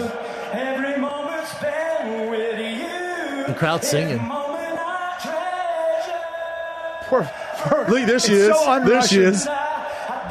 She's crying. Oh, that's so cute. Look at the two Russian brothers. Like, can KBG please kill this guy? Can you guys just kill him after this? Putin. He's on the phone with Putin. Please. I'm surprised Putin didn't come and just go, douche. We don't have that shit. Great. Yeah, how funny is that? That is great. Isn't that great? You never sang to me after you fucking won. It's true. I should have. What song would you sing? I can't sing like If that. I was standing there?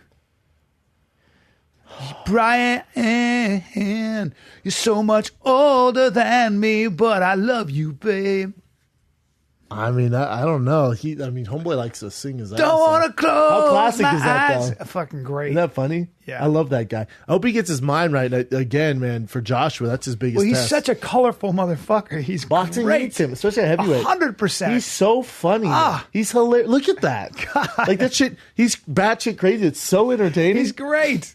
And So, he has a mansion. He bought a big-ass crib, but he lives in the garage in a caravan because that's how he grew up. Yeah. So his He's more family lives comfortable. in the house, but he lives in the caravan parked in the driveway. He looks like he feels like such a sweet person, but just Yeah, good badass. dude. Yeah. Good dude. Has some mental illness, they think, so...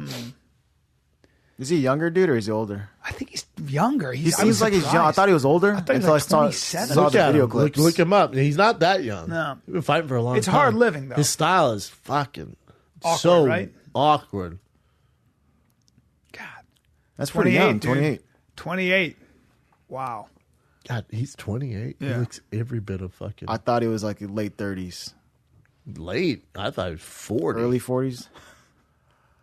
Classic, though. Boxing needs him. I hope he gets his shit together. Oh, I hope he hell fights in yeah. July for a warm-up fight and then fights Joshua. But Yeah. for Joshua, that'd be one I'd keep on, He's 6'9", ladies and gentlemen, with an 85-inch reach. He's 400 pounds right now. Damn near it. Oh boy. What else you got, Jen? All How right, do we get next one. on this? Nicki Minaj. She was starting to pay people's college tuitions and then books and all that stuff just from Twitter. Someone randomly hit her up on Twitter and said, "Could you pay for my schooling?" She's like, "Sure." And then for 45 minutes, she was paying for everyone's. I Wow. know. I saw her say, love her "Sure, for send that. me your grades and your teacher's what is it, application? Well, Just send me your verification. grades and verification Yeah. that's really you, and I'll pay for your I college love her education." for that. Yeah. And then TMZ hit up some of those Twitter people to see if she really did it, and they said, "Yeah, Wow. she really paid for it." I love her. That's really cool. Talking about Scrooge McDuck, She's rich. also beautiful. If she's dimey. She's. I think she's half Sri Lankan, right? Yeah, I have no idea. Yeah, you're Yeah. right. Yeah. Black and Sri Lankan. I love America. Dude, you know it's a Got that brown, blowout you know it's an ass. eclectic city.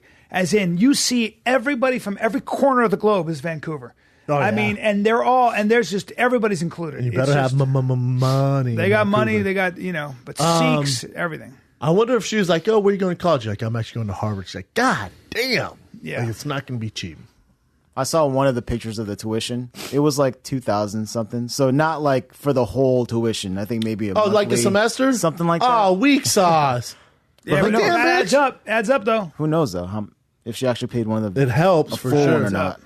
Like sometimes I'll turn on the radio, you just whatever radio station wants to laugh and be like, I'm Ryan Seacrest. We're going to take care of your bills for the year. Hey, let me tell you something. I'm Ryan Seacrest. Bills for the year. Let's hit our caller. And then she'll be like, hi, I'm Jamie out of Anaheim.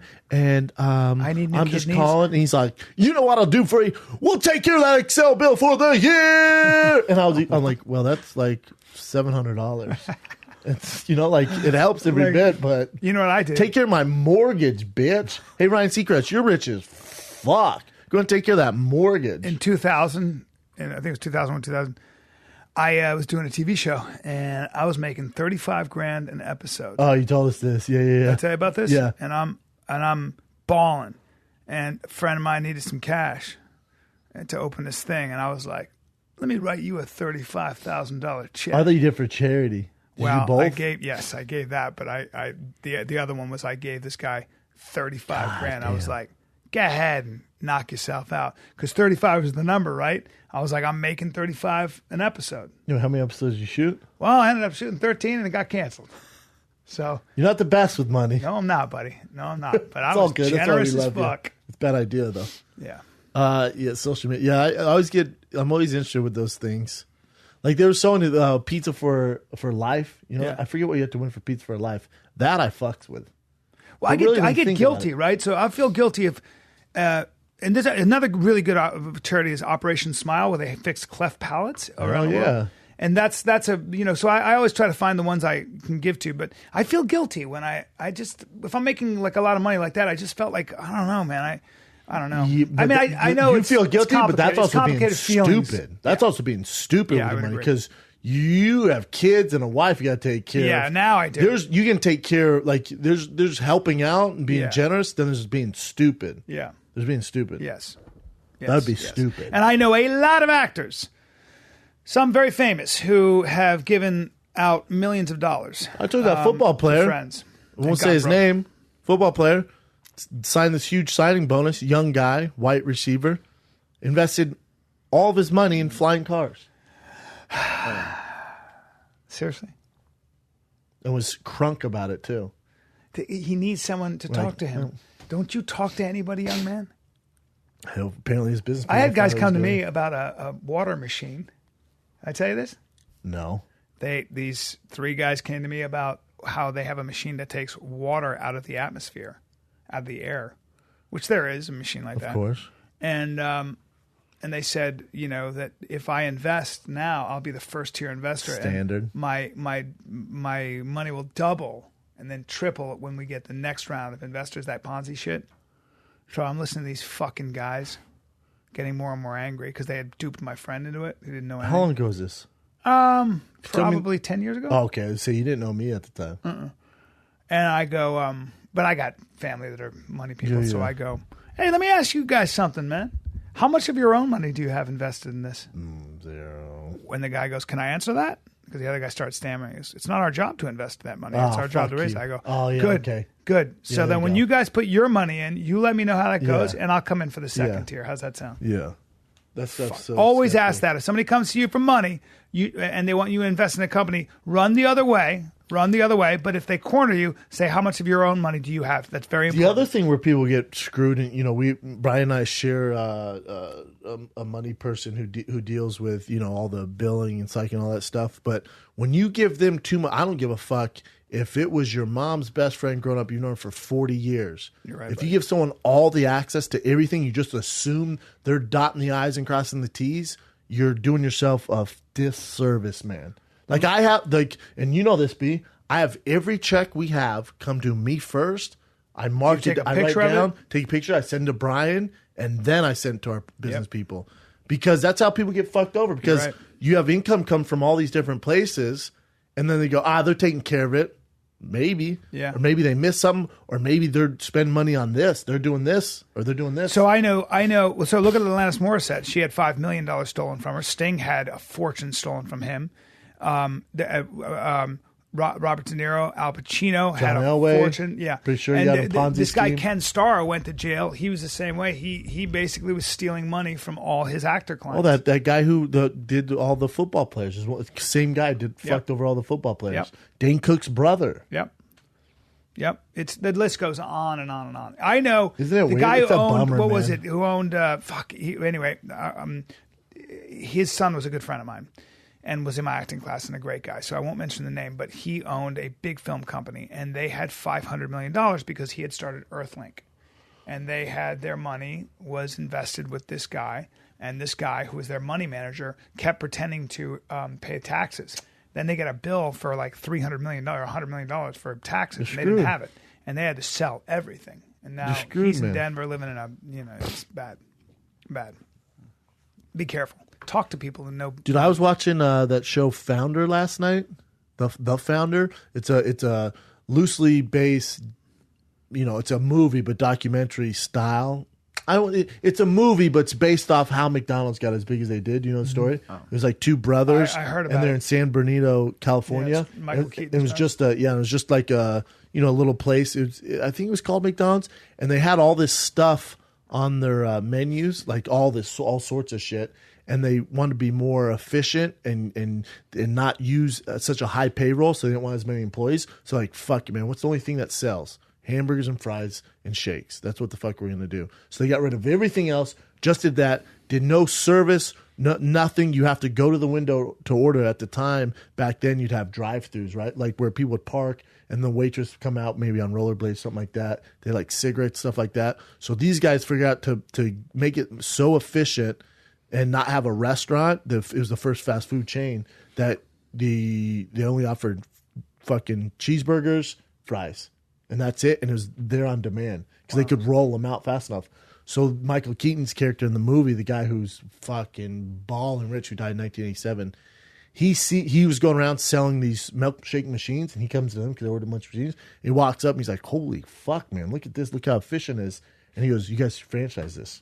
He goes, I have this vision. He doesn't even franchise it. And they're hesitant towards it. Like, oh, we tried it. It sucked in Long Beach, tried in San Fran. He's like, no. I know what we're going to do. So he takes their business model and blows it up to what the fuck it is. To McDonald's. But, those two guys who started it were super nice. So they're like, we don't want to ruffle any feathers. And Mike Keaton has the quote in that. It's an actual quote from the guy. And he goes, let me ask you something. If your competition comes to your doorstep, are you willing to do fucking anything to make it work? Are you willing to fucking, if you saw your competition drowning, what would you do? And they're like, well, probably help him. He goes, you know what I'd do?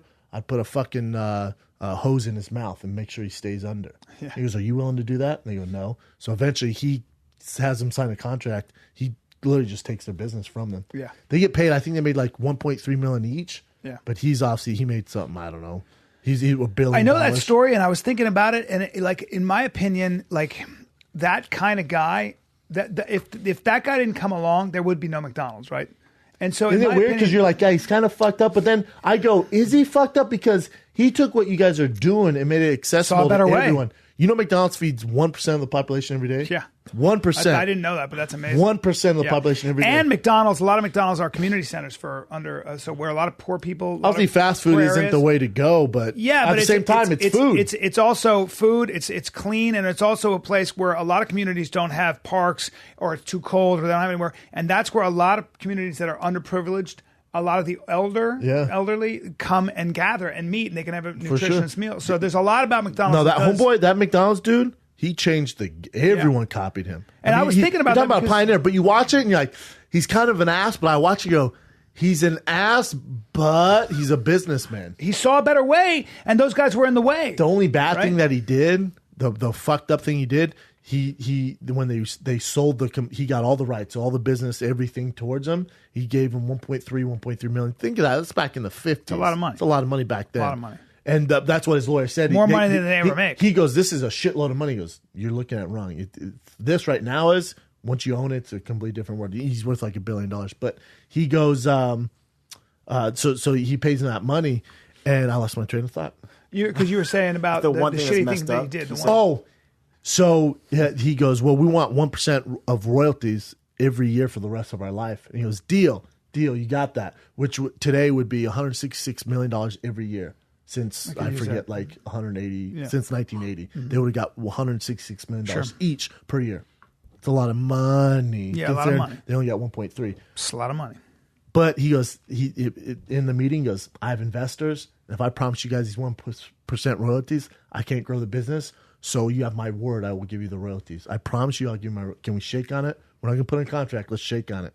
They shake on it. You can tell the guy's face, and obviously it's the movie, so it's dramatic, but he knows. Yeah. And he never gave him those royalties. Yeah. That's the bad thing. You have how many billions, and he won't come on, That's man. the kind of guy, though. I mean, I would say this. That guy in his mind, probably said, these guys got, I gave them $2.6 million collectively, and they'll never be able to take this business any further than they have it right now.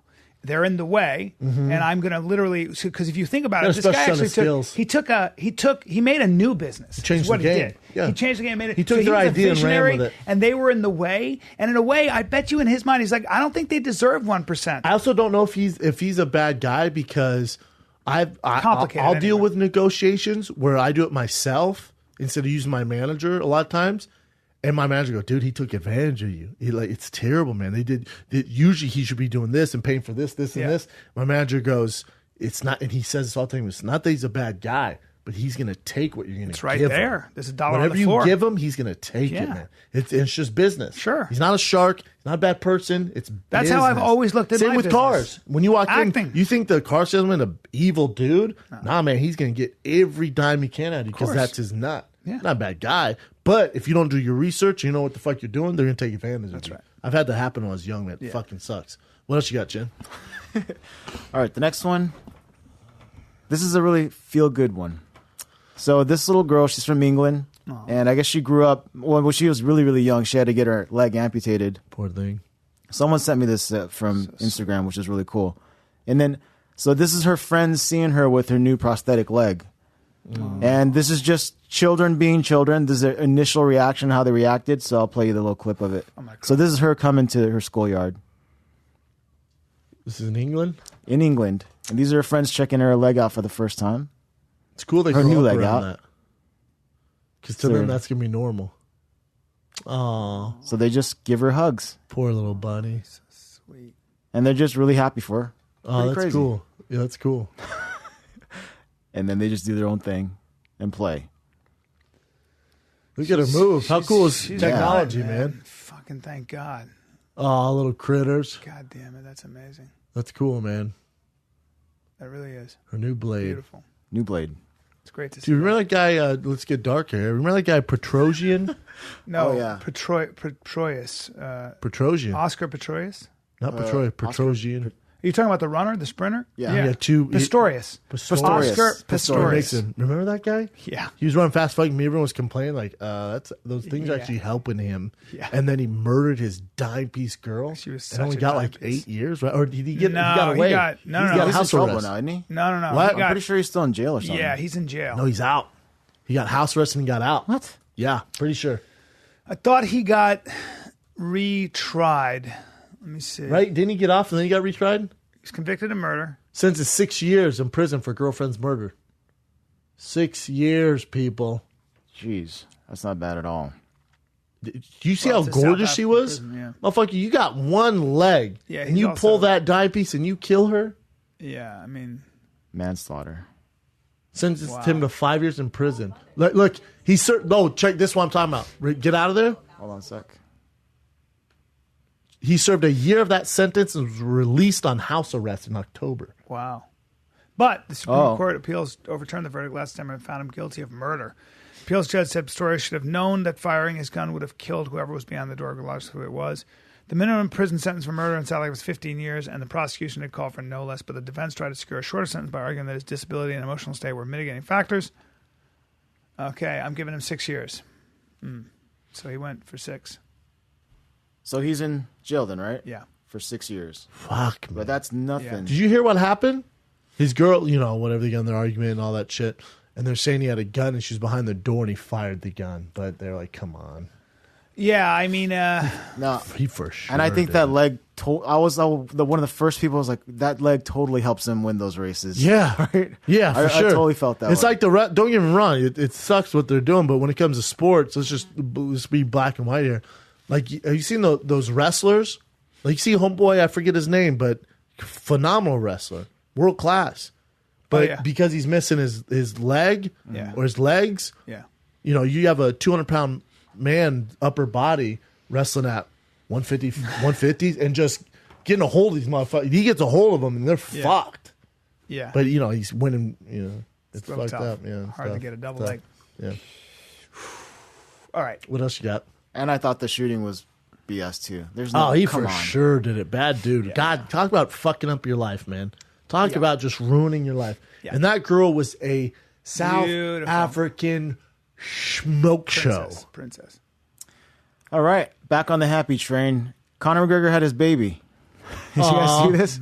That's awesome. And then Congrats to in Conor. one of these posts or pictures, he put the kid look at doing him a throwing the jab. left hand. Even his facial expression looks crazy. That We is can so land the awesome. left paw from anywhere. Who wants it? How That cute is- is that? That is great. My word. The great Conor McGregor. His name's Conor McGregor Jr., is that right? Yeah, Connor Jackson McGregor, something like that. Dude, Jonathan McGregor. So cute. Good for Awesome. him. That's amazing. She That's loves so her cool, baby. man. Yeah. Love it. What else you got, brother? Nothing too crazy. There's a zebra that escaped. Oh, In Florida? hell yeah. I can't lock a zebra up, son. Escape zebra charges Florida homeowner. Remember, they bite you and hold on. No. They will not let Zebras? go. Yes. Are they like horses? They're not like horses. Are they bigger you than cannot horses? domesticate a zebra. You cannot. That's what I'm saying. That's why I Yeah. have that zebra head That's up. there. right. And they will bite and hold on to you. Hold on. Are they as big as a horse? No, they're smaller than the horse. They're small? Mm-hmm. I'm not scared. Want to see him running? That's him running? That's him running. Oh, he's just trotting along. Where the fuck is he? In the middle of the Florida. desert? Florida. That looks like a Where Florida. in Florida is there that much desert? Or is that's probably beach sand? They have like lakes and stuff like that have beach sand around it. Amazing. But yeah, some guy was walking his dogs outside and just suddenly ran into a zebra, and then the zebra just charged him, but didn't hurt him. And then he ended up hitting a truck, and then they corralled him with like the guys that knew of the zebra, the owners, and like sheriff officials. Did you see that fucking anaconda they found? No. I don't know if it's true, but they think it's 33 feet and Where, it weighed 400 kilograms, In like America? 800 pounds. No, they were detonating this cave I think in Brazil, Hey, bro. and they found a giant anaconda. Type in anaconda, Brazil cave. Yeah, 33. Did you read it or someone told you? No, I saw it. I read it. Oh, really? Yeah, crazy. No, you gotta. 33 Yeah, there you foot go. anaconda. Terrifying 33. What? They have to get a tracker to pull that Yes. fucking thing out? That's like the thing that fucked up J-Lo. Look at the size of it.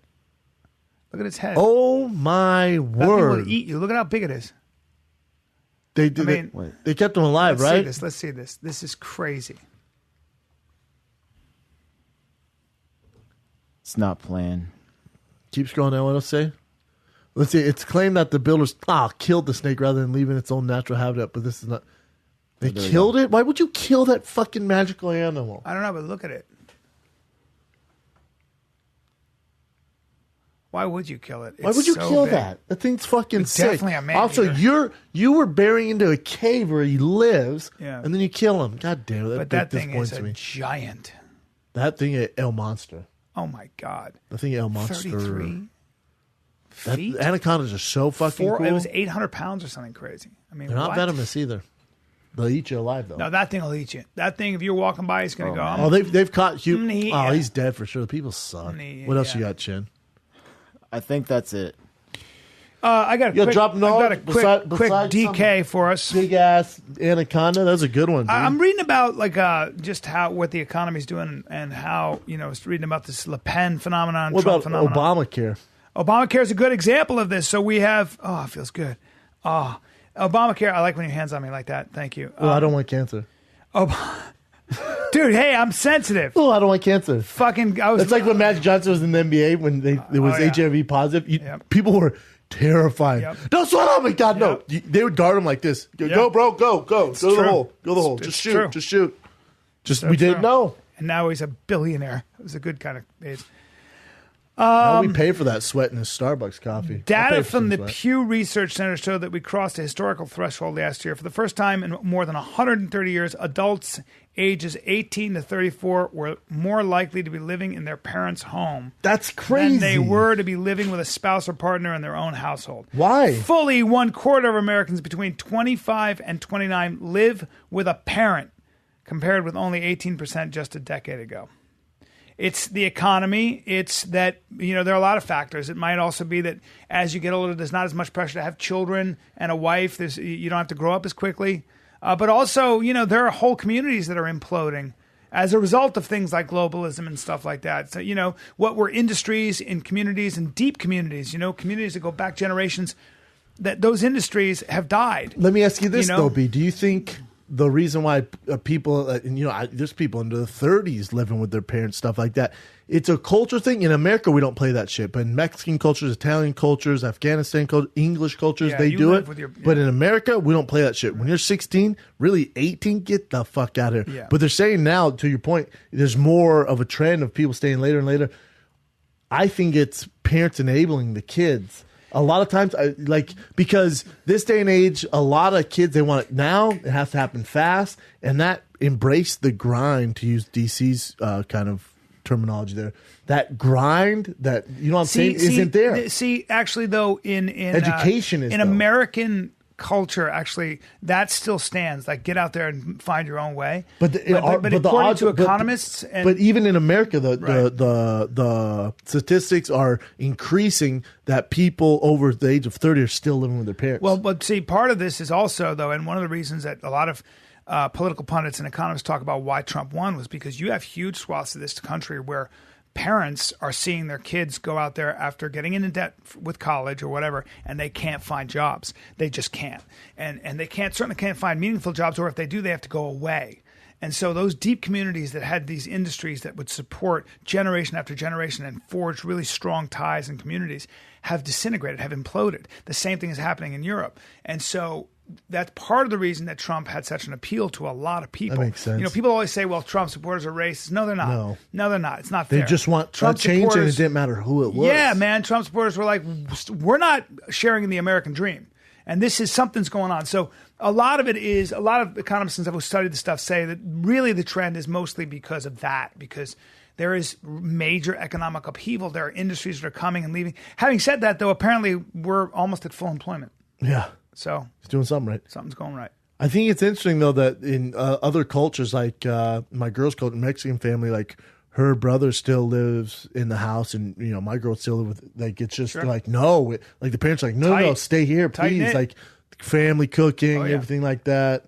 But like straight white people, you get the fuck out at 18. Oh yeah, I did my job, figure shit out. Very much. Koreans exactly like that too. Like you're saying, same as white people. No, your girl's family. Really? Doesn't matter how old me and my brother get. They want us to get married and come back and live with them and have one big happy household. That's all they want. I don't mind that. I like that idea. English family too, man. Like my uncle, grandma, and aunt. They all live together. And everyone else live like a block away. Yeah. Like it's very in tight Europe knit. Is that way. Europe, you don't like your parents do not go to a home. Your parents come into your house when they're really old. Yeah. And you keep everybody together, which I'm a fan of. No, I'm not. I'm white as fuck. Get out. Tiger, you got 15 more years. What? And get the fuck out. Get the fuck out. Figure it out. Like the British would send their upper class kids to boarding school at 6 and 7. I can't imagine. That's great. That's good for them. Well, boom, buddy. Come see. You got to go to the doctor. Brandon. You know what? No, come see Bryan in Denver before he dies. That's right. Before I pass away, ladies and gentlemen. If you need me, I will not be in the sun. I'll be wearing a hat and sunglasses. He's going to look like a beekeeper. Still funny, though. Oh, yeah. The personality's still there. He's going to look like a beekeeper. I'll be the funny beekeeper, ladies and gentlemen. I'll be the vampire.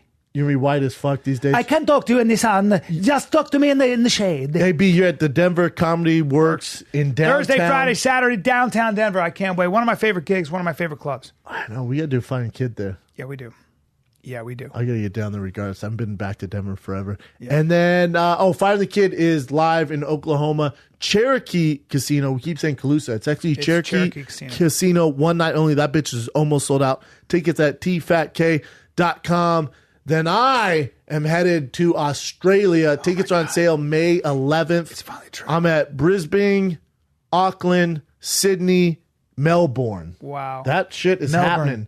Melbourne? Melbourne. And that is June 6th through the 10th And those tickets available May 11th. Everything, tfatk.com. Awesome. tfatk.com. I'll have a limited edition Australian tee for that ass as well. And then tomorrow night I'm at the Comedy Store with Rogan, Diaz, the bunch of killers. Awesome. That's the world, man. Ladies and gentlemen. Hey. Another great Monday. Don't die on us, B. I got to go to the doctor now. Let me suck that cancer off you. All right. This is the Final Kid. We're out.